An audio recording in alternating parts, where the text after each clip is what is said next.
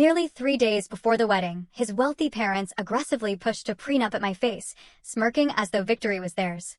What they ignored was my $9 million fortune, my personal attorney, and a strategy that would totally wipe their complacent smiles. Imagine this. 3 days before your wedding, the day you're supposed to be floating on air, your fiancé's wealthy parents ambush you with a prenuptial agreement. Not just any prenup, but an ultimatum. Sign it, or the wedding is off. They thought they had me cornered, a modest teacher's daughter with nowhere to go. Oh, how wrong they were. Because what they didn't know was that behind my quiet facade, I was sitting on a $9 million tech empire, and their smug faces were about to learn a very, very expensive lesson about underestimating someone.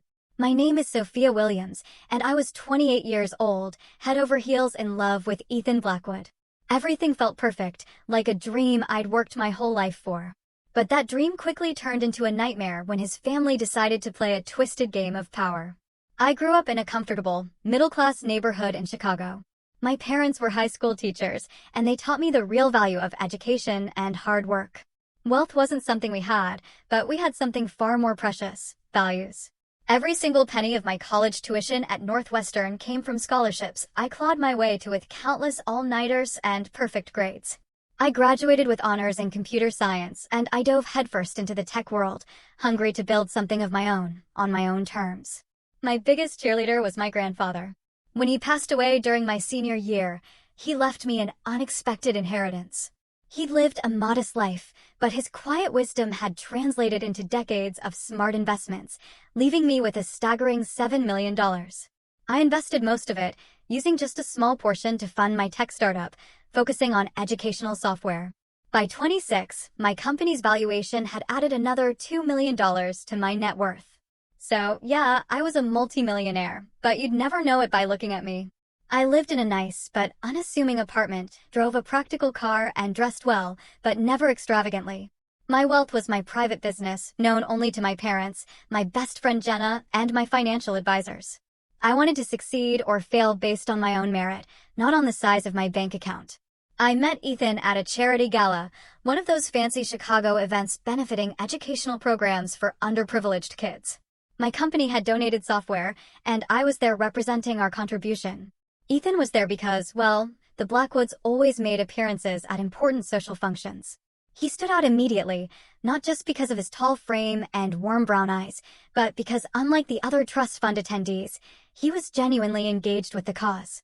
Our conversation that night flowed effortlessly, from education inequality to our favorite hiking trails, to our shared love of spicy Thai food. When he asked for my number, I gave it without hesitation, even though I knew exactly who his family was. The Blackwoods were Chicago old money, with a lineage tracing back to early lumber barons.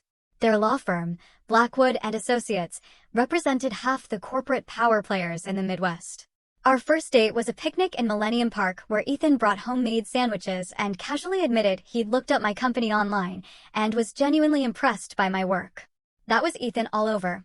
Thorough but incredibly genuine. We were inseparable after that.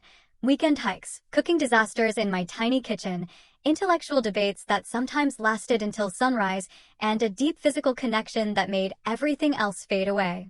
He never flaunted his wealth, and I never revealed mine. It seemed so utterly unimportant in the face of what we were building together. He loved that I was passionate about my work and fiercely independent. I loved that despite his privileged upbringing, he had developed a sharp sense of justice and fairness that guided his legal practice. But then came the first crack. 6 months into our relationship, he took me home to meet his parents. The Blackwood estate was a sprawling property in Lake Forest, with manicured gardens and a house that could comfortably fit 8 families. Richard and Victoria Blackwood were polite, but coolly assessing. Victoria, especially, had a way of asking questions that seemed innocent but were clearly designed to establish my pedigree, or lack thereof. Northwestern is a fine school, she said over dinner, her gaze piercing. Did you find the scholarship program comprehensive? I felt my stomach clench. And your parents are both teachers? How commendable. Such a necessary profession, though I imagine the financial constraints must have been challenging. Ethan either didn't notice these subtle digs, or chose to ignore them. He was the youngest of 3, clearly accustomed to navigating his mother with practiced ease. His father, Richard, was more direct, but equally dismissive, speaking mainly to Ethan about people and events I knew nothing about, effectively excluding me from the conversation. Still, I was in love, and these felt like minor irritations compared to the joy Ethan brought to my life. When he proposed on our 2-year anniversary on a sunset cruise on Lake Michigan, I said yes without a moment's hesitation. The ring was his grandmother's, a tasteful emerald that suited my hand perfectly. Wedding planning began as a dream, but slowly, it started to reveal more fissures in the foundation. Victoria had opinions about everything, from the venue to the flowers. And while she never explicitly mentioned money, there was always the unspoken assumption that the Blackwoods would handle everything, because clearly, I couldn't afford the kind of wedding that befitted their son. Rather than correct this misperception, I let them believe what they wanted. I had my reasons for keeping my financial situation private, and my pride prevented me from appearing to compete with them on monetary terms. Ethan tried to mediate, sometimes standing firm on things that mattered to me, other times gently suggesting I compromise. I did more often than not, because most of the details seemed trivial compared to the fact that I would be marrying the man I loved. When Victoria insisted on adding 50 of their family friends to the guest list, I agreed. When she dismissed my choice of wedding cake as quaint and selected a 7-tier monstrosity from an exclusive patisserie, I let it go. The only thing I insisted on was my dress, a sleek, modern design that made me feel beautiful and confident. Even then, Victoria managed to insinuate that I had chosen it because it was budget-friendly rather than because it suited me perfectly. As the wedding approached, I felt increasingly like a visitor in my own engagement. But I consoled myself with the knowledge that once we were married, Ethan and I would build our own life, separate from the daily influence of his family. He had already agreed that we would live in the condo we had chosen together downtown, close to both our workplaces, rather than in the Blackwood family neighborhood as his mother had so delicately suggested. Then came the Wednesday, 3 days before the wedding. Everything was finally coming together. The venue prepared, flowers arranged, catering finalized. I had just confirmed the last details with the photographer when I received a call from Victoria. She invited me to tea that afternoon. "Ethan will be in meetings all day, dear," she explained, her voice dripping with predatory sweetness, "and I thought it would be nice for us to have some one-on-one time before the wedding festivities begin." Looking back, I should have recognized the warning signs.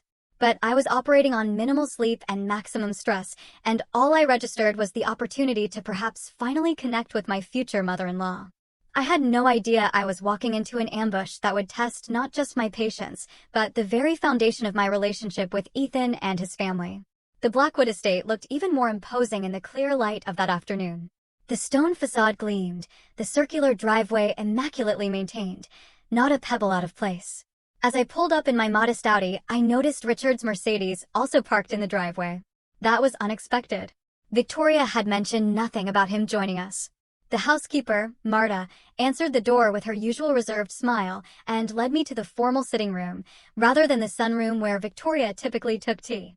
Another warning sign I missed in the moment. Victoria and Richard were already seated, both dressed as if for a business meeting rather than a casual family gathering. Victoria wore a tailored navy suit that probably cost more than most people's monthly rent, while Richard was in one of his trademark charcoal gray power suits, complete with cufflinks bearing the Blackwood family crest. "Sophia, dear, thank you for coming on such short notice," Victoria said, her smile not quite reaching her eyes. "Please have a seat." I sat across from them, suddenly feeling like I was at a job interview rather than a family visit. The tea service on the coffee table between us remained untouched. "We thought it important to discuss a few matters before the wedding," Richard began without preamble, his voice cold. "Business matters that should be settled beforehand to ensure smooth sailing afterward." Victoria nodded, a stiff, practiced movement. Every successful marriage has a solid foundation of clear expectations and agreements. My stomach tightened. "What kind of agreements?" I asked, though a terrible suspicion was starting to form. Richard reached for a leather portfolio beside him and extracted a thick document bound in a blue cover. He slid it across the coffee table toward me. "This is a standard prenuptial agreement that our family lawyer has prepared. It outlines the protection of family assets and delineates what would occur in the unlikely event that your marriage to Ethan does not succeed." I didn't immediately reach for the document. My hands felt cold. "This is the first I'm hearing about a prenuptial agreement," I said carefully, my voice surprisingly steady. "Ethan and I have never discussed this. Ethan understands the necessity, Victoria interjected smoothly, as if it were the most natural thing in the world. The Blackwood family has significant assets that have been protected for generations. This is simply a formality that all spouses marrying into the family complete. I doubted that very much. Ethan's older brother had married a woman from a banking dynasty, hardly someone from whom the Blackwoods would need financial protection. And his sister had married her college sweetheart, the son of a senator with his own substantial trust fund. Finally, I picked up the document and began to scan its contents. As a tech entrepreneur, I had dealt with enough contracts to recognize immediately that this was far from a balanced agreement. It essentially stated that in the event of a divorce, I would walk away with virtually nothing, regardless of the length of our marriage or any contributions I might make to our shared life. Any property acquired during the marriage would remain with Ethan. And there were clauses about intellectual property that could potentially impact my business. This seems very one-sided, I said, struggling to keep my voice neutral to hide the anger that was starting to simmer. Richard waved his hand dismissively. It is standard language for protecting established family wealth. You must understand, Sophia, that the Blackwood assets represent not just money, but a legacy stretching back generations. And what about my assets? I asked, looking directly at Victoria. My business and intellectual property? Victoria gave a small, brittle laugh that set my teeth on edge. Your educational software venture is certainly charming, dear. But we are talking about substantial wealth and property holdings. The scale is quite different. The condescension in her tone was unmistakable. In their eyes, I was a nobody from a modest background who should be grateful for the opportunity to marry into their prestigious family. Any suggestion that I might have assets worth protecting was laughable to them. Perhaps you would like us to add a clause about your company, Richard offered magnanimously, as if he were granting a huge favor. Though frankly, should you and Ethan divorce, he would likely be generous regardless of legal obligations. He has always had a soft spot for supporting underdogs. I felt heat rising to my face, a fierce blush of humiliation and fury, but forced myself to remain composed. When does this need to be signed? Today would be ideal, Victoria said, producing a Mont Blanc pen from her jacket pocket. The wedding is in 3 days, and we would like this settled well before then. I set the document down carefully, making sure my hand didn't tremble. I would need to have my own lawyer review this first. Richard's eyebrows rose fractionally, a flicker of surprise. Your own lawyer? Is that necessary? Our family attorney who drafted this is one of the best in Chicago. Best for the Blackwood family interests, certainly, I replied, my voice sharper than I intended. But as you have just pointed out, our interests may not be perfectly aligned in this matter. Victoria's perfectly composed face showed the first crack of annoyance. Sophia, this is really quite standard. Everyone signs these nowadays. It is simply practical. Then you will not object to giving me 24 hours to have it professionally reviewed, I countered, pushing back. Richard and Victoria exchanged a look. I'm afraid we must insist on having this resolved today, Richard said firmly. These matters can become complicated if left too long, and with the wedding so close. Are you saying the wedding depends on me signing this document today, without legal advice? I asked, wanting absolute clarity on their outrageous position. Victoria's smile returned, cold as January in Chicago. What we are saying, dear, is that the Blackwood family has certain non-negotiable expectations for anyone marrying into the family. Ethan understands this. If you truly love him, you will understand as well. Sign it or the wedding is off, Richard stated bluntly. That is the bottom line. We have invested considerably in this wedding, but we will cancel it if necessary to protect the family interests. The ultimatum hung in the air between us, heavy and suffocating. I looked from Richard's impassive business face to Victoria's smugly confident expression.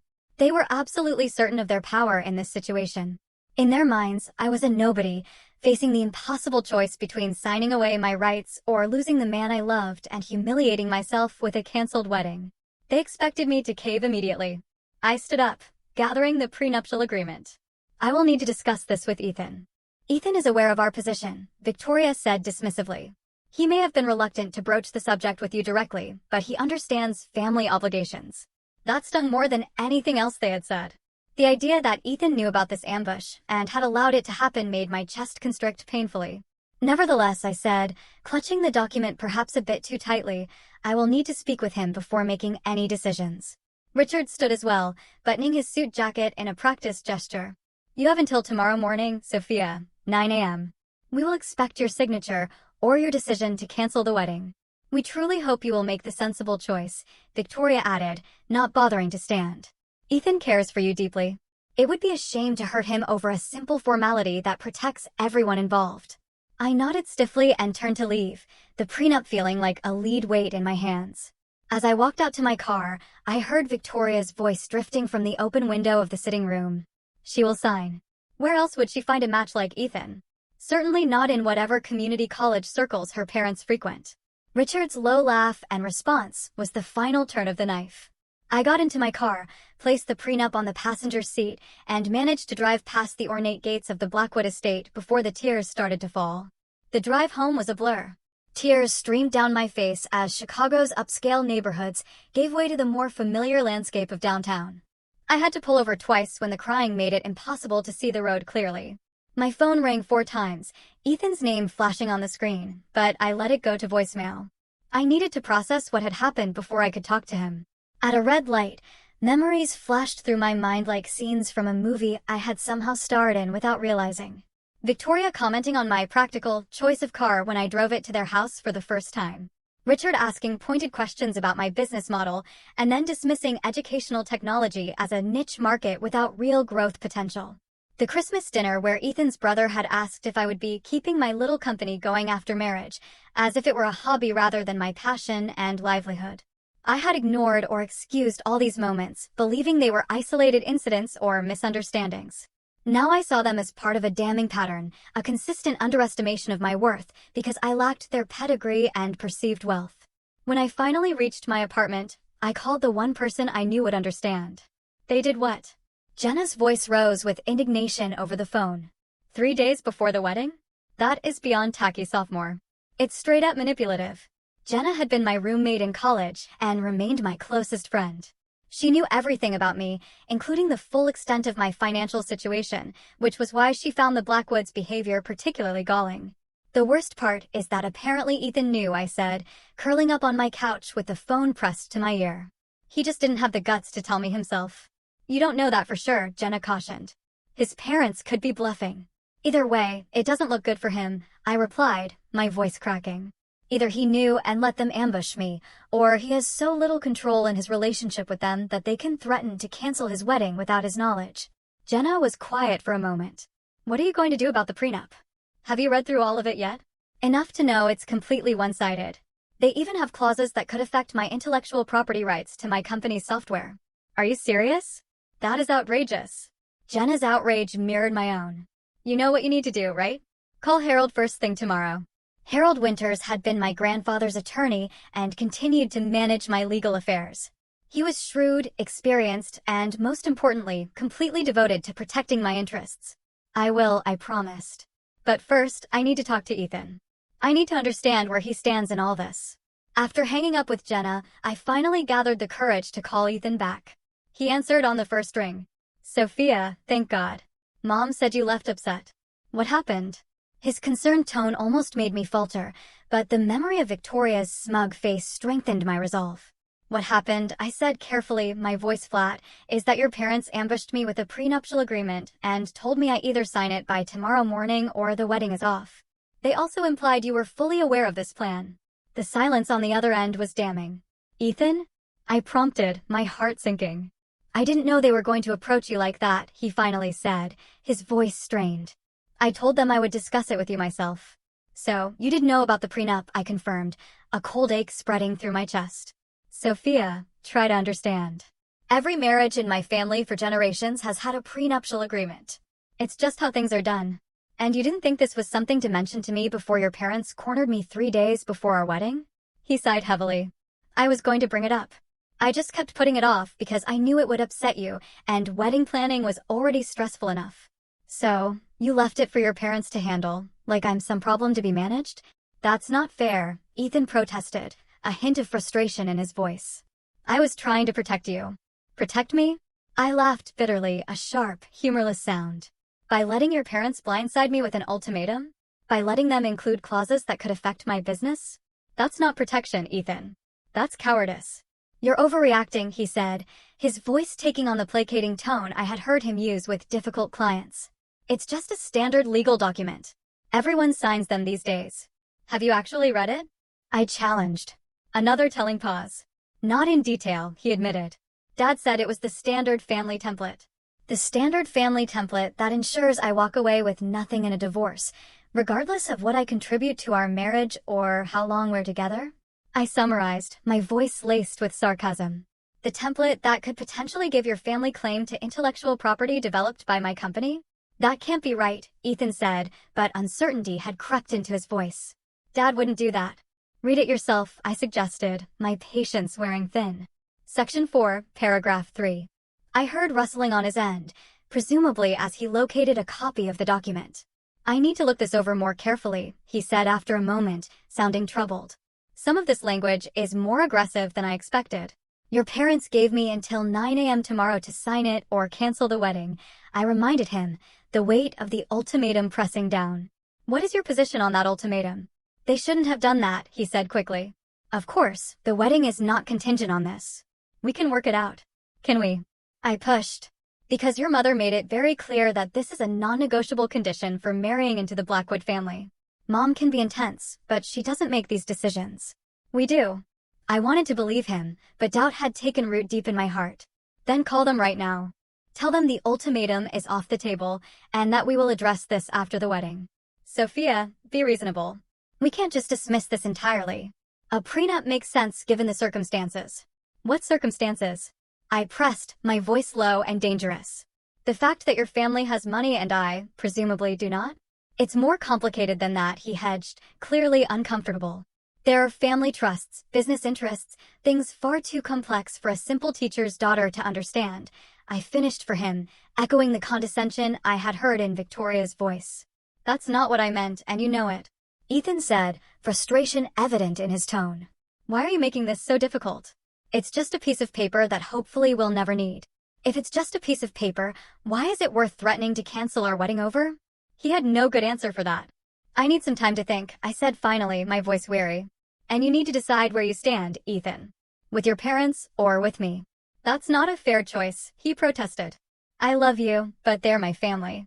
And what am I supposed to be in 3 days?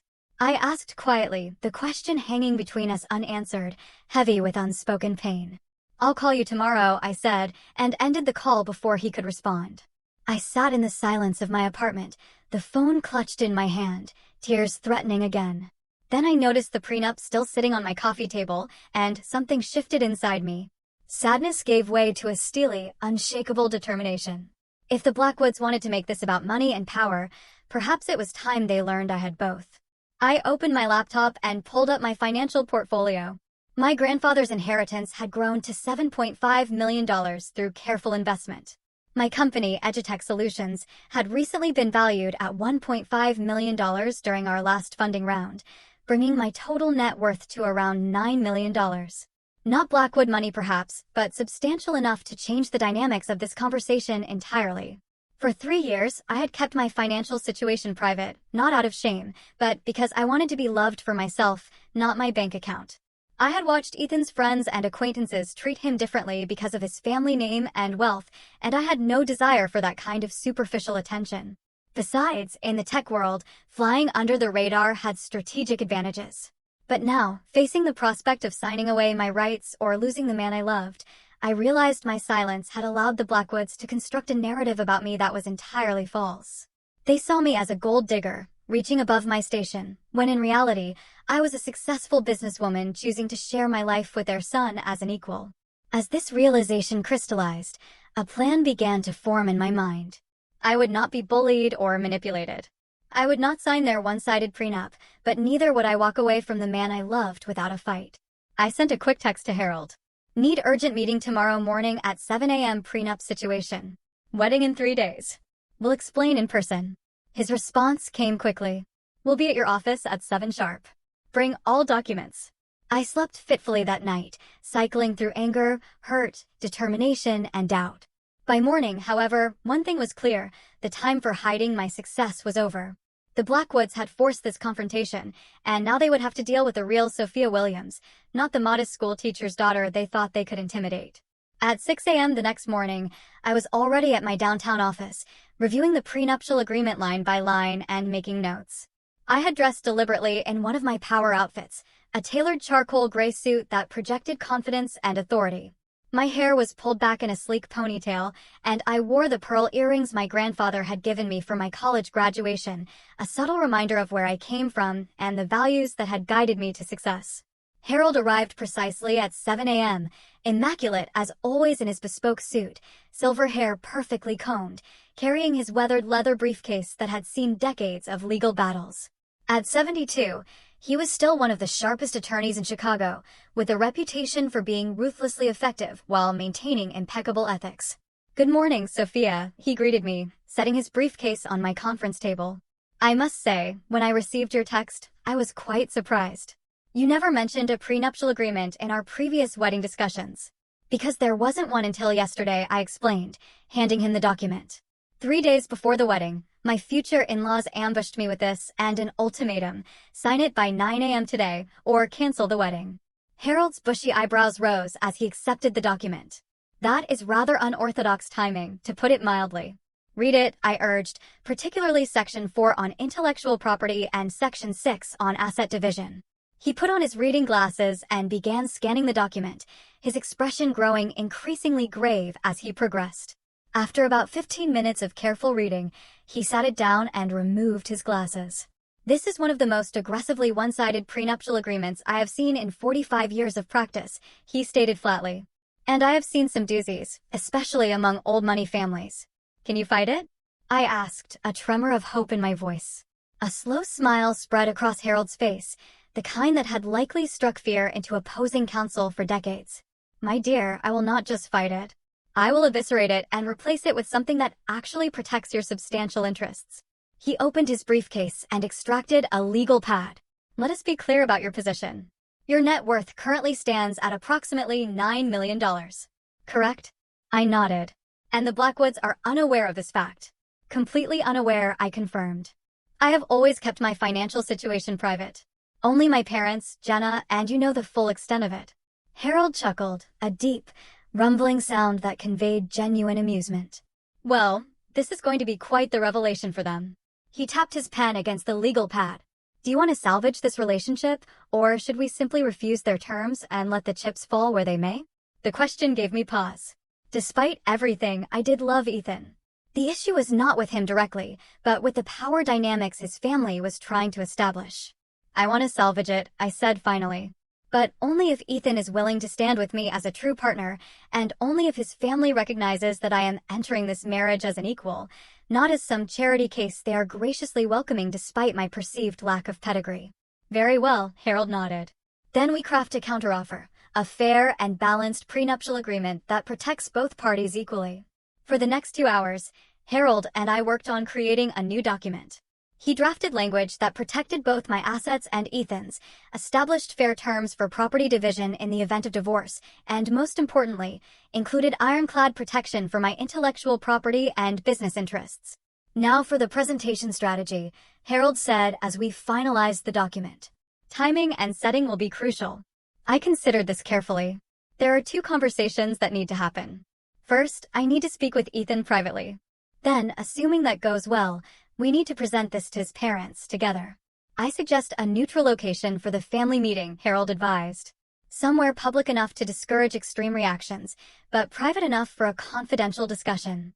"The private dining room at Lakeview Restaurant," I decided. "It's upscale enough to appeal to the Blackwood sensibilities, but on neutral territory." "Excellent choice," Harold approved. "And for the supporting documentation." I opened a folder on my desk. "I have my complete financial portfolio here, including bank statements, investment accounts, and the most recent valuation of my company. Everything is updated and verified as of last month." Harold reviewed the documents, nodding in satisfaction. "These will make your position abundantly clear. Now, let us discuss your approach with Ethan." We spent another hour refining my strategy for both conversations. By the time Harold left at 1:30 p.m., I felt prepared and confident. I had a solid plan, a fair prenuptial agreement, and most importantly, the resolve to stand up for myself and the relationship I wanted. After Harold departed, I called Jenna again to update her. "So, you're really doing this?" she asked after I explained the plan. "Revealing your financial situation after keeping it private all this time?" "I don't see another option," I replied. Not if I want a marriage based on truth and equality. And what if Ethan is angry that you kept this from him? Jenna pressed. Have you considered that possibility? I had, extensively. Then we'll have to work through that together, I said. But if he can't understand why I wanted to be loved for myself rather than my bank account, then maybe we're not as compatible as I thought. Fair point, Jenna conceded. For what it's worth, I think you're handling this with incredible grace. I would have told Victoria Blackwood exactly where she could shove that prenup. That made me laugh, releasing some of the tension I had been carrying. The day is not over yet. I may still get to that point. After hanging up, I sent Ethan a text. We need to talk. Meet me at Carlucci's at 1 p.m. Just the two of us. His response came quickly. I will be there. I love you. Those 3 words brought a fresh wave of emotion. Despite everything, I still believed he meant them. The question was whether love alone would be enough to weather this storm. I spent the next hour preparing myself, not just mentally, but physically. I went to the salon in my building for a blowout that left my hair looking sleek and professional. Then I touched up my makeup, opting for a polished look that projected confidence without being intimidating. The pearl earrings remained a talisman of sorts, connecting me to my roots and the grandfather who had always believed in me. By the time I left to meet Ethan, I felt like a warrior heading into battle, armed with truth, principle, and 9 million reasons why the Blackwoods had severely underestimated me. Carlucci's was one of our favorite restaurants, an upscale Italian place where we had celebrated our first anniversary. The familiar setting felt right for this conversation, reminder of happier times and the foundation of love that had brought us to the brink of marriage. I arrived a few minutes early and requested a quiet corner table. The maitre d', who knew us as regulars, led me to a secluded spot near the back, well away from other diners, perfect for what would likely be an intense conversation. Ethan arrived precisely at 1, looking haggard. His usually impeccable appearance was slightly rumpled, his tie a bit crooked, dark circles under his eyes suggesting he had slept as poorly as I had. When he saw me, relief washed over his face. Sophia, he said, sliding into the seat across from me. Thank you for meeting me. I've been worried sick since our call last night. I studied him carefully, searching for signs of the man I had fallen in love with, rather than the Blackwood heir who had allowed his parents to ambush me. I almost didn't come, I admitted. Your parents put me in an impossible position. He reached for my hand across the table. I know, and I am so sorry. I spoke with them last night after we talked. It did not go well. That caught my attention. What happened? I told them their ultimatum was unacceptable, and that if anyone was going to cancel the wedding over this, it would be me, not them. A flicker of hope ignited in my chest. And how did they respond? Ethan sighed heavily. Dad said I was being naive and emotional. Mom cried and accused me of choosing an outsider over family. It was the same manipulation they've used my entire life. Did it work? I asked pointedly. He met my eyes directly. No, not this time. I told them either they withdraw the ultimatum or I would personally call every wedding guest tonight and explain exactly why the ceremony was canceled. Despite everything, I felt a surge of pride in him. That must have been difficult. It was terrifying, he admitted with a wry smile, but also strangely liberating. For the first time in my life, I walked out of that house without conceding to their demands. The waiter approached, and we both ordered just drinks, neither of us having much appetite. When we were alone again, Ethan continued, I spent the night at Jason's place, trying to figure out what to do next. The prenup itself isn't unreasonable in theory, but the way they approached it and some of the terms I saw, it made me ashamed to be a Blackwood. I took a deep breath. This was the moment to begin revealing my own truth. Ethan, there's something important I need to tell you. Something I've kept from you throughout our relationship. His expression shifted to concern. What is it? I am not who your parents think I am, I began carefully. Or rather, I am more than they have assumed. Confusion flickered across his face. What do you mean? I reached into my bag and withdrew a folder containing printouts of my financial statements. When my grandfather died during my senior year of college, he left me an inheritance. A substantial one. I slid the folder across the table. Ethan opened it with a puzzled expression that quickly transformed to shock as he scanned the documents. $7.5 million, he read, incredulously. And your company another $1.5 million? Sophia, this is, why did you never tell me? For the same reason you don't introduce yourself as Ethan Blackwood of the Chicago Blackwoods to everyone you meet, I explained. I wanted to be known for who I am, not what I have. I wanted genuine relationships based on mutual respect and shared values, not wealth or status. He was still processing the financial statements, flipping through pages with growing astonishment. All this time, my parents have been treating you like a gold digger after the Blackwood fortune. Ironic, isn't it? I finished for him, a bitter smile on my lips. Ethan looked up at me, his expression a mix of amazement and something else. Was it hurt? Did you not trust me enough to share this? That was the question I had been dreading, but I owed him honesty. It was never about trust, Ethan. At first, it simply didn't seem relevant. Then, as I got to know your family and saw how much emphasis they placed on wealth and status, I became reluctant to reveal it.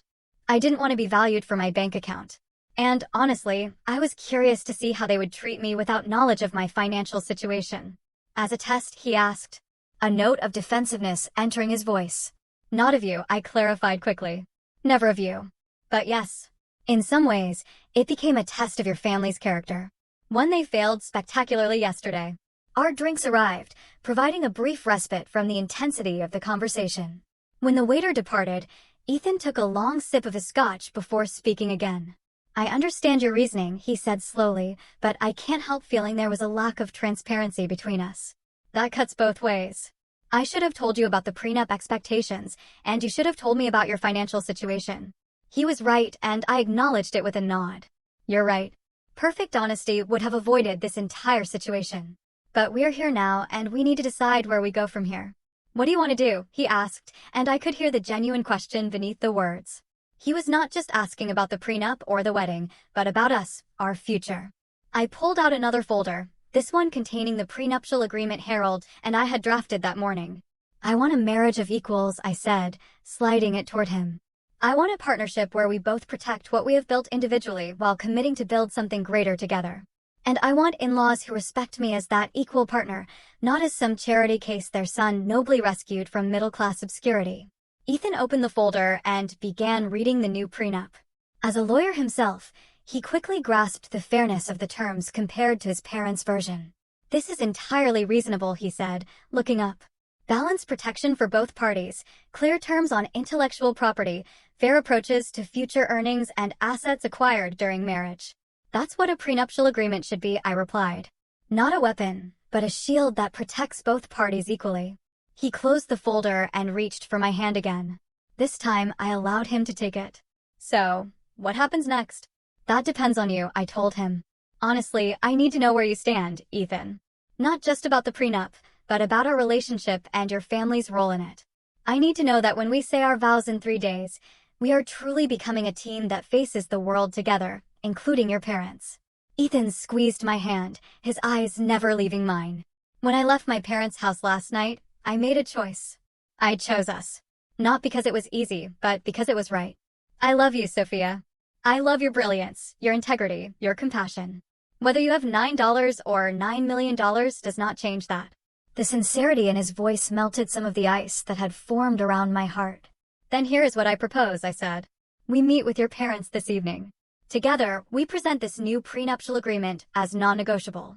We make it clear that our marriage will be a partnership of equals, and that the dynamics between us and your family need to reflect that reality. They will not take it well, Ethan warned, a slight grimace on his face. Especially my mother. Probably not, I agreed. But how they react will tell us everything we need to know about the future of our relationship with them. He nodded slowly. You're right. It's time to establish boundaries that should have been set long ago. He raised his glass in a small toast. To facing the Blackwood Inquisition together. I clinked my glass against his. Together. As we finished our drinks and finalized our strategy for the evening confrontation, I felt a renewed sense of connection with Ethan. The deceptions between us, both his and mine, had been cleared away. Now we would face his family as a united front, with honesty as our foundation and equality as our non-negotiable demand.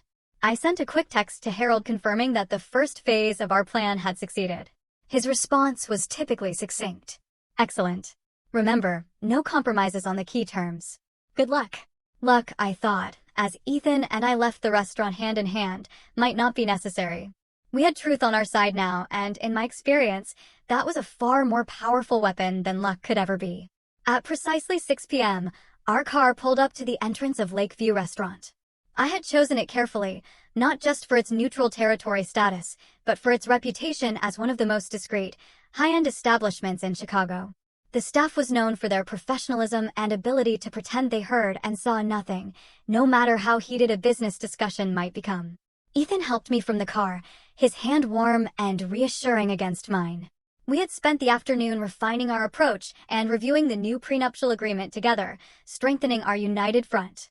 He wore a sharply tailored navy suit that projected authority without the intimidation factor his father's suits always carried. I had changed into a cream-colored dress that was both elegant and powerful, paired with a tailored blazer and my grandmother's pearls at my neck to match the earrings. "Ready?" Ethan asked as we stood before the restaurant's entrance.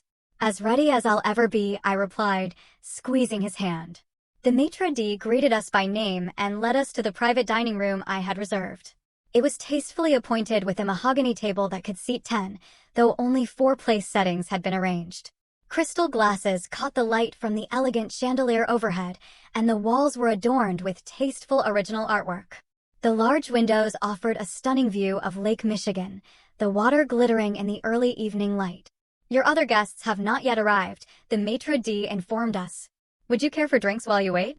We both ordered sparkling water. Alcohol would not serve us well in the upcoming confrontation. "They'll be late," Ethan predicted after the maitre d' departed. "It's a power move. Mom never arrives anywhere before making people wait at least 15 minutes. He was exactly right. At 6:17, the door opened to admit Richard and Victoria Blackwood. Richard was in his element in a charcoal suit, nearly identical to the one he had worn during our prenup ambush. Victoria had opted for a designer dress in deep burgundy that probably cost more than most people's monthly mortgage payments, accessorized with diamond earrings that caught the light with every slight movement of her head. "Ethan, darling," Victoria said, ignoring me completely as she air-kissed her son's cheeks. "What a charming venue. Though I'm not entirely sure why we needed this formal setting for a simple signature." Richard nodded curtly in my direction, the barest acknowledgement of my existence. "I trust you have come to a sensible decision, Sophia. 9 a.m. has come and gone, but we are willing to be flexible given the circumstances." "Please have a seat," I said, my voice calm and firm, gesturing to the chairs across from where Ethan and I were already seated. "We have much to discuss." Something in my tone must have alerted Victoria that this would not be the simple capitulation she expected. Her eyes narrowed slightly as she took her seat, arranging herself with practiced elegance. "We have reviewed your prenuptial agreement," Ethan began, his voice steady and professional, "and found it unacceptable in both its approach and its terms." Richard's eyebrows shot up. "Unacceptable? It is the standard Blackwood family agreement.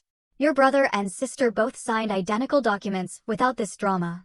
"They married people from backgrounds similar to ours," Ethan pointed out, his gaze unwavering. "The power dynamics were entirely different." "Power dynamics?"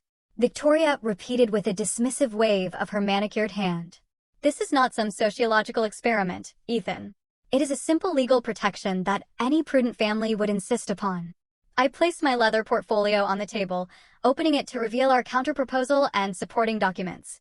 "We agree that prudent legal protection makes sense," I said calmly, "which is why we have prepared an alternative prenuptial agreement that protects both parties equally." Richard's expression darkened. "That was not the arrangement. You were to sign our document, not present alternatives." "Plans change," I replied, meeting his gaze directly, especially when new information comes to light. The waiter entered with our sparkling water and took Richard and Victoria's drink orders. The brief interruption did nothing to dissipate the tension that had settled over the table like a heavy cloud. When we were alone again, I slid the new prenuptial agreement across the table. "This document provides fair and balanced protection for both the Blackwood family assets and my own personal holdings." "Your holdings?" Victoria couldn't quite suppress a condescending smile. "Your little software company hardly requires the same level of protection as generations of Blackwood wealth." "You might be surprised," Ethan said, a hint of pride in his voice as he looked at me. I extracted the financial statements from my portfolio and placed them on top of the prenuptial agreement. "My current net worth is approximately $9 million, is Tate Matter minus Fackley, $7.5 million in diversified investments from my grandfather's estate, and $1.5 million in the form of my company valuation from our last funding round." The shock that registered on both their faces was everything I had imagined and more. Richard recovered first, his lawyer's mind quickly recalibrating as he reached for the statements with barely concealed disbelief. "That is impossible," Victoria said, color rising in her cheeks. You drive a 5-year-old Audi. Your parents are teachers. I value financial responsibility over displays of wealth, I replied evenly. And yes, my parents taught me the importance of education, hard work, and living within one's means, lessons that have served me well. Richard was scanning the documents with growing consternation. These appear legitimate, he admitted reluctantly. Why keep this secret? Would you have treated me differently if you had known? I countered. The flush deepening on Victoria's face was answer enough. This changes the equation significantly, Richard said, lawyer mode fully engaged.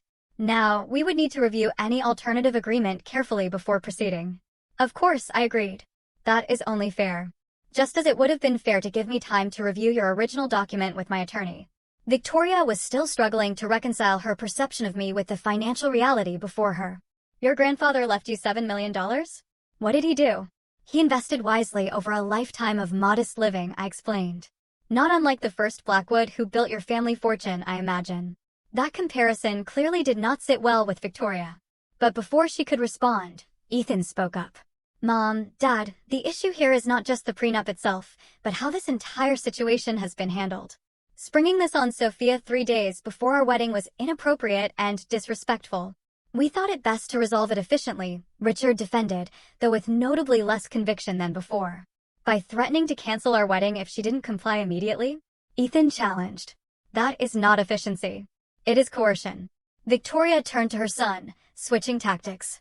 Darling, we were only trying to protect you and the family legacy. Surely you understand that. What I understand, Ethan replied firmly, is that you made assumptions about the woman I love without bothering to know her, and then tried to use financial leverage to control our relationship. That stops now. I had never loved him more than in that moment, watching him stand firm against the manipulation that had likely worked on him his entire life. The new prenuptial agreement, I redirected their attention, protects both the Blackwood assets and my own. It establishes fair terms for property division in any potential divorce based on contribution and duration of marriage, rather than simply reverting everything to original ownership. It also contains clear language protecting my intellectual property rights and business interests, just as it protects the Blackwood family business interests. Richard was already reading through the document with a lawyer's practiced eye. Some of these terms are unusual, he noted, though not dismissively. But fair, Ethan emphasized. Unlike the document you presented to Sophia. We need time to have our attorneys review this, Richard said, closing the folder. You have until tomorrow afternoon, I replied. The wedding is in 2 days, and we need this resolved before then. Victoria's gaze snapped to me, and used to having deadlines imposed by others. That is hardly sufficient time for proper legal review. It was sufficient time for me, according to your original ultimatum, I reminded her. Richard placed a restraining hand on his wife's arm, recognizing the shift in leverage. We will have our team review it first thing tomorrow morning and provide feedback by 3 p.m. Any proposed changes must maintain the fundamental balance of the agreement, Ethan stipulated. This is not a negotiation to revert to one-sided terms. Understood. Richard nodded, businessman to businesswoman. Victoria had been uncharacteristically quiet, her eyes moving between me, Ethan, and the financial statements still on the table. When she finally spoke, her voice had lost some of its imperious quality. I may have misjudged certain aspects of your situation, Sophia. Though I still find it odd that you would conceal such information from your future family. It was as close to an apology as Victoria Blackwood was likely capable of offering. I decided to meet her halfway. Perhaps we all could have communicated more openly from the beginning, I acknowledged. Moving forward, I hope we can build a relationship based on mutual respect rather than assumptions. The waiter returned with Richard and Victoria's drinks and inquired about dinner. By unspoken agreement, we all declined, this meeting clearly having served its primary purpose. As we prepared to leave, Richard held out his hand to me, a gesture that would have been unthinkable 24 hours earlier. You have proven yourself a formidable negotiator, Sophia. The Blackwood family may benefit from such unexpected perspectives. I accepted his handshake, recognizing it as a peace offering of sorts. I look forward to contributing to the family in many ways, Mr. Blackwood. Victoria's farewell was less warm, but notably lacking the condescension that had characterized our previous interactions. Progress, if not perfection. Once they had departed, Ethan pulled me into his arms right there in the private dining room. You were magnificent, he whispered against my hair. Absolutely magnificent. We were magnificent, I corrected him, leaning back to meet his eyes. Together. He smiled a genuine smile, untainted by the stress of the past 2 days. I like the sound of that. As we left the restaurant hand in hand, under a sky turning to twilight, I felt a profound sense of rightness settle over me. The road ahead would not be perfectly smooth, especially with Victoria as a mother-in-law, but the fundamental dynamics had shifted. We had established ourselves as equals, both to each other and to his family. It was a foundation strong enough to build a marriage on. 2 days later, I stood in a small antechamber of the Drake Hotel, wearing the sleek, modern wedding dress I had chosen months ago. The prenuptial agreement had been signed yesterday afternoon, with only minor adjustments to the language that did not affect the balanced protection it provided both families. Richard had been surprisingly reasonable during the final negotiations, while Victoria had maintained a dignified distance from the process, perhaps still coming to terms with her misjudgment of the situation. Jenna adjusted my veil, her eyes suspiciously bright. "You look stunning, sophomore. And not just because of this amazing dress. There's something different about you today." Confidence, my mother supplied from where she was arranging the train. My daughter finally stopped hiding her light. She was right. The past 3 days had transformed me in subtle, but significant ways. Standing up to the Blackwoods, revealing my true financial situation, and establishing clear boundaries had lifted a weight I had not fully recognized was there. I had spent 3 years carefully managing perceptions, worried that my wealth would change how people saw me. The irony that this fear had led to exactly the type of judgment I had hoped to avoid was not lost on me. There was a soft knock at the door, and to my surprise, Victoria Blackwood entered. She had foregone her usual intimidating elegance for a softer, more maternal look in pale blue that complemented rather than competed with my bridal ensemble. "May I have a moment alone with Sophia?" she asked, her voice lacking its usual imperious tone. My mother and Jenna exchanged glances before nodding and stepping out, leaving me face to face with my soon-to-be mother-in-law. Victoria approached slowly, taking in my appearance with an expression I could not quite read. "You make a beautiful bride," she said finally. "Thank you," I replied, uncertain where this conversation was heading. She fingered the delicate lace of my veil, a surprisingly vulnerable gesture from a woman who calculated her every move. "I owe you an apology, Sophia. A proper one. Not the half-hearted acknowledgement I offered at the restaurant." That was unexpected. Victoria Blackwood did not strike me as someone familiar with apologies. "My behavior was inexcusable," she continued. "Not just the prenuptial agreement ambush, but the months of subtle condescension and judgment before that. I made assumptions based on superficial factors and never bothered to know the real woman my son loves." The sincerity in her voice was unmistakable. "That cannot have been easy to admit," I acknowledged. A small, wry smile touched her lips. "The Blackwoods are not known for admitting mistakes. It is a family trait I hope you and Ethan will improve upon in the next generation." She reached into her clutch and extracted a small velvet box. "I brought you something. A peace offering of sorts." I accepted the box cautiously and opened it to find a pair of diamond and sapphire earrings that clearly had significant age and history. "These belonged to Ethan's great-grandmother," Victoria explained. "She was the daughter of a factory worker who married into the Blackwood family against considerable opposition. She went on to save the family business during the Depression through sheer determination and business acumen that her husband lacked." The parallels were obvious, and I was touched by both the gesture and its symbolic meaning. "They are beautiful," I said sincerely. "Thank you for sharing this history with me. Perhaps you would consider wearing them today? Something old and something blue, as they say." I nodded, removing my pearl earrings and allowing Victoria to help me put on the sapphire ones. It was a small moment of connection, a tentative bridge across the chasm that had separated us. "Ethan loves you deeply," she said as she stepped back to regard me. "That should have been enough for me from the beginning. I hope you can forgive my failure to see that." "I think we have both learned something about assumptions and appearances," I replied. "Moving forward is what matters now." She nodded, composing herself with visible effort. "Now, I should rejoin Richard. Your father will be here shortly to walk you down the aisle." At the door, she paused. "Welcome to the family, Sophia." Truly. After she left, I studied my reflection in the mirror, the sapphire earrings catching the light when I turned my head. They represented something important, a recognition that I was not just marrying Ethan, but joining a lineage of strong women who had shaped the Blackwood destiny in their own ways.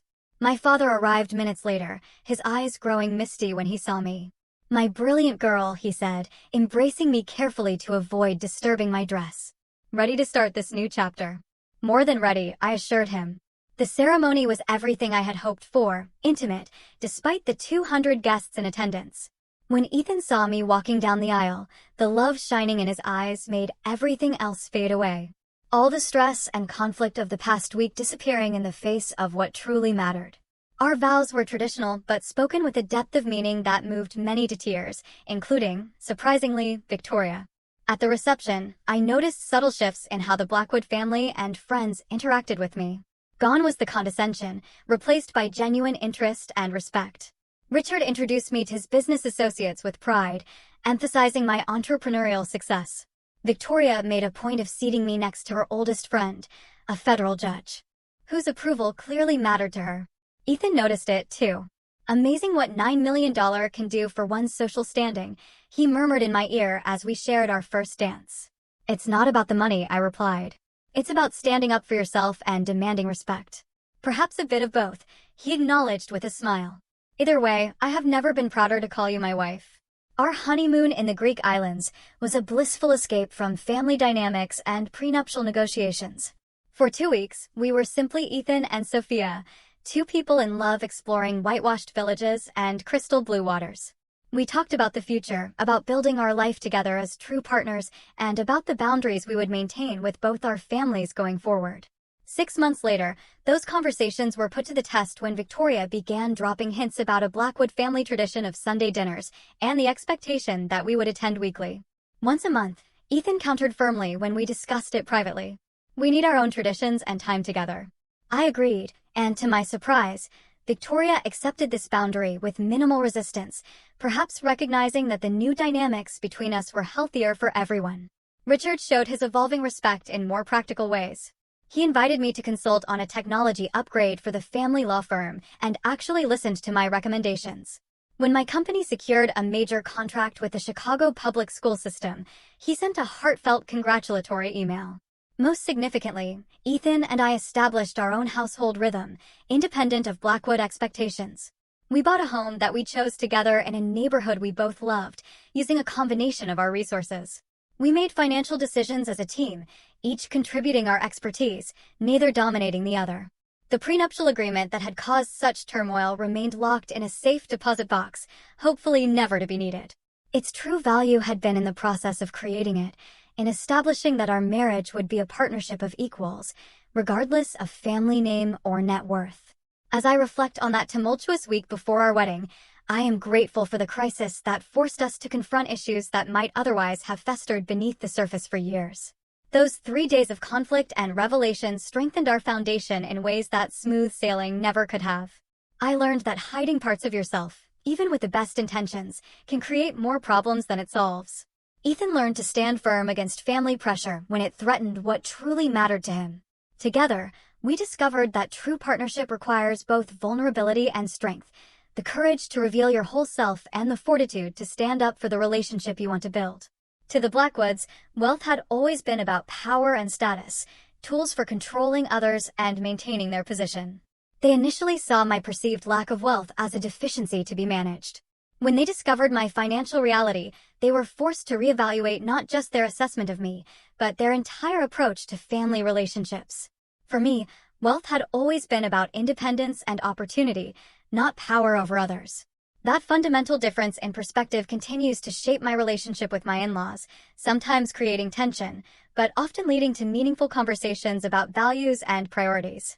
Marriage, I have discovered, is not just the union of two people, but the intersection of two life philosophies, two approaches to everything from money to family to career ambitions. Finding harmony requires constant communication, mutual respect, and the willingness to stand firm on core principles while compromising on lesser matters. When faced with that prenuptial ultimatum 3 days before my wedding, I could have simply signed the document to avoid conflict. I could have walked away in anger and hurt.